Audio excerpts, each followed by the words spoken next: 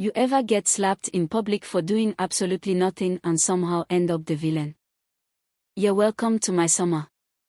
It happened on one of those brutally hot afternoons in Maplewood, Georgia. You know, the kind where the heat slaps you first the second you step out of the car.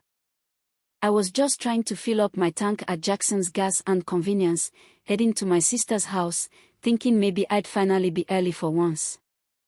I'm a high school history teacher, 33, quiet life, no drama, I like it that way. But that day, drama found me.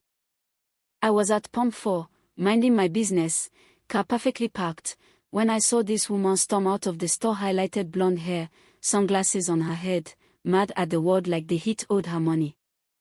Lindsay Walsh. Maplewood royalty. Sister of the county commissioner, ex-wife of the former sheriff, the kind of woman who's never been told no and didn't plan to start that day. She locked eyes on me, and I knew something stupid was about to happen. She walked right over, phone in hand, and said, loud enough for everyone within 3 counties, "Do you always take up this much space?" Now, I looked around. Empty pumps everywhere. I smiled, nodded, kept it calm. "Good afternoon." That was it. That's all I said.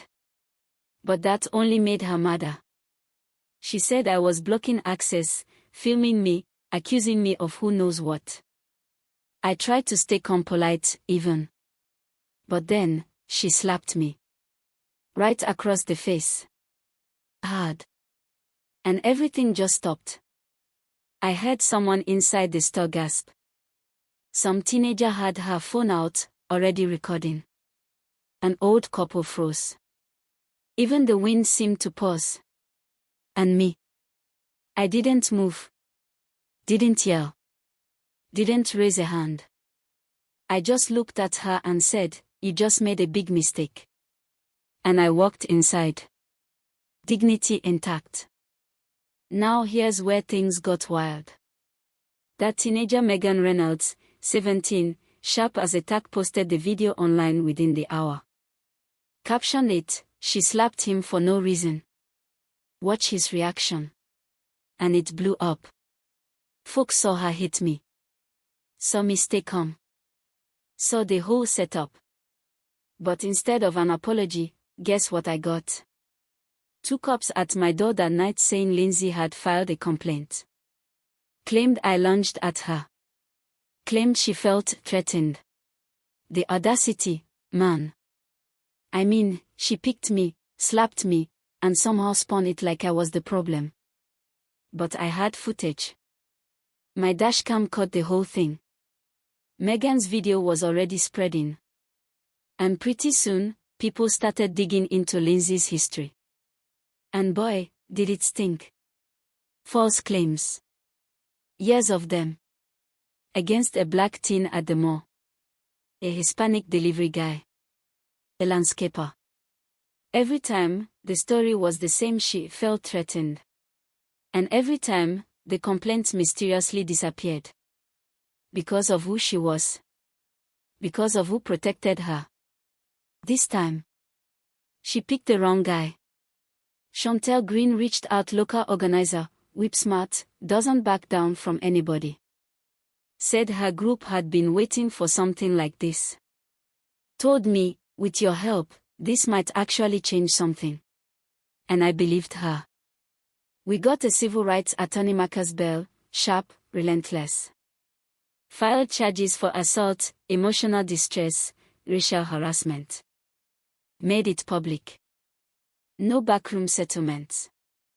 We were gonna fight this out loud. And just like that, Maplewood cracked open. Some folks rallied. Others resisted, hard.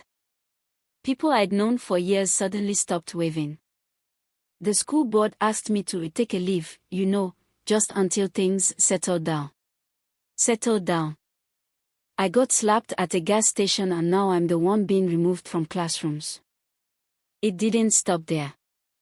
My sister Amara got a note taped to her front door: "Your brother should have stayed in his place." That's when I knew this wasn't about one woman.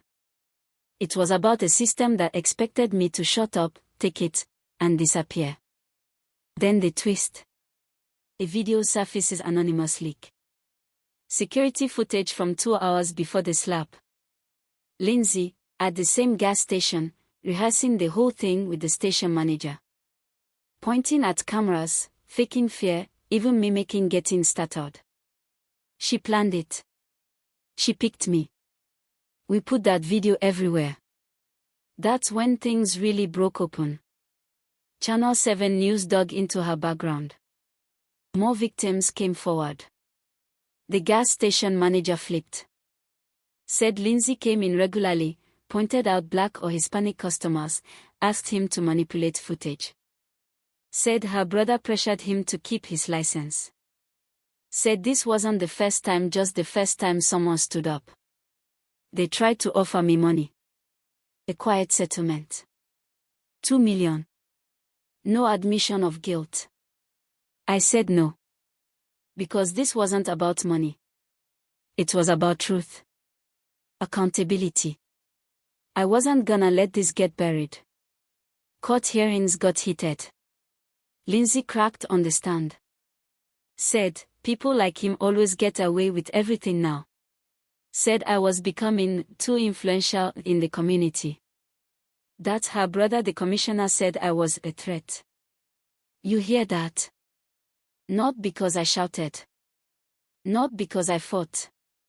But because I stood there, calm, dignified, and didn't let her control the story. And the final nail. An envelope dropped on the judge's bench. Internal emails. Her brother telling the gas station to set it up. Her calling me a perfect target. Memos from city officials. A clerk admitting she lost past complaints on purpose.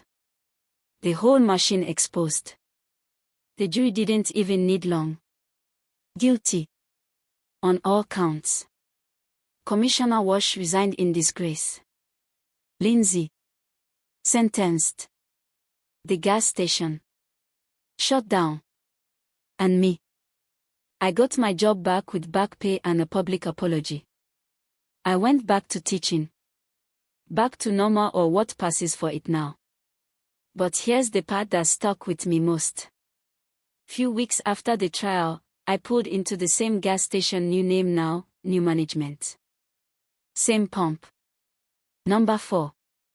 As I stood there, nozzle in hand, this little boy walked by with his mom.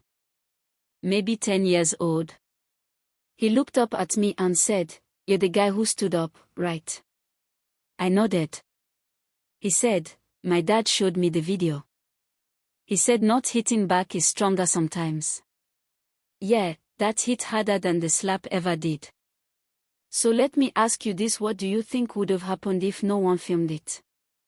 If that teenager hadn't pressed record? If I had just driven off, swallowed the moment like I've done 100 times before? Would anyone have believed me? Tell me in the comments, I wanna hear your truth. About justice, about fear, about what it means to finally say, enough. Because sometimes silence is the heaviest thing we carry.